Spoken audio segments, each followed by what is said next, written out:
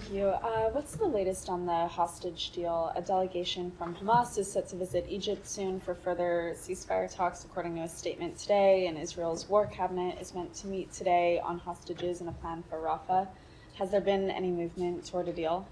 There has not been any movement in the past few days. You heard the Secretary speak about this extensively while he was in the region, that there is a proposal on the table that answers much of the demands that Hamas made in previous rounds of negotiations.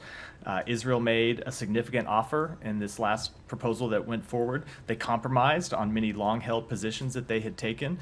And as I said, met many of the demands that Hamas had said they needed to agree to a deal. So we believe it's now incumbent upon them to take the deal.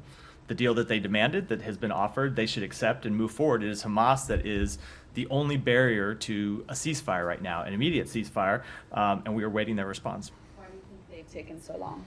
I am not at all going to put myself in the heads of the leadership of Hamas.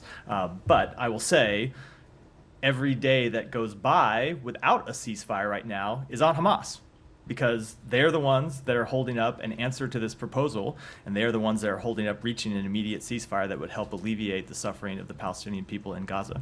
And just quickly, there's been reporting that a Saudi-U.S. bilateral defense pact is close to completion as part of a wider Saudi-Israeli normalization deal. When do you plan to announce the full plan, and how confident are you that it will materialize if no truce between Israel and Hamas is reached? So I'm not going to speak to a U.S.-Saudi defense pact in specific terms. What I will say is that the Secretary did meet with the Crown Prince of Saudi Arabia this week when he was in Riyadh, as he's met with him on previous meetings, and we are very close to reaching an agreement on the bilateral pieces of a normalization agreement. The normalization agreement would, of course, be between the Saudi Arabia and Israel, but as part of the bilateral piece, the package that is between the United States and Saudi Arabia, we are very close to reaching an agreement on that. There are a few details that we have to continue to work through, but we think we can reach agreement on those details in very short order. There is still more work to be done on a separate piece of that, which is the proposal for a pathway to a Palestinian state, but we are actively discussing that with our Saudi counterparts, as we are with the broader group of Arab countries that the Secretary met with also Monday in Riyadh, where we were looking at not just a path to two states, but also the reconstruction of Gaza, governance in Gaza, security for Gaza. So we are working on all of those. Some pieces are further along than others. The bilateral piece between the United States and Saudi Arabia, most relevantly, and some pieces are a little bit further along, but we hope to make progress on that and have the agreements ready to put forward as soon as is possible. So, sorry, just to clarify, you're close on U.S.-Saudi parts, Correct. But not the Israeli parts. Let me unpack that a little bit.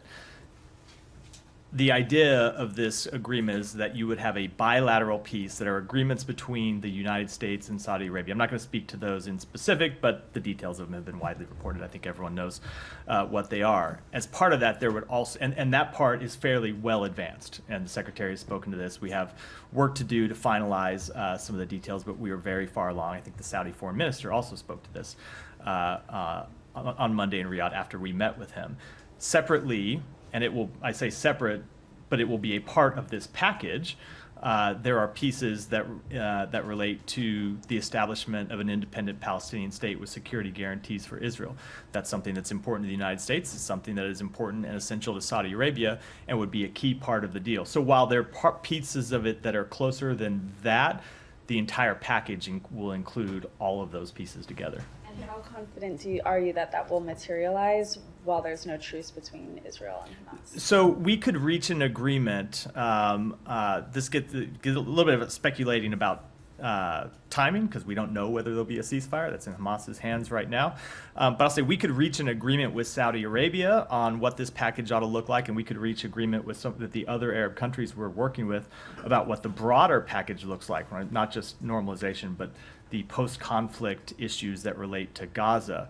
But Saudi Arabia has been very clear for this. Putting a proposal on the table is one thing, a proposal that we could take to Israel, but there will be no agreement in this regard while the conflict in Gaza is still raging.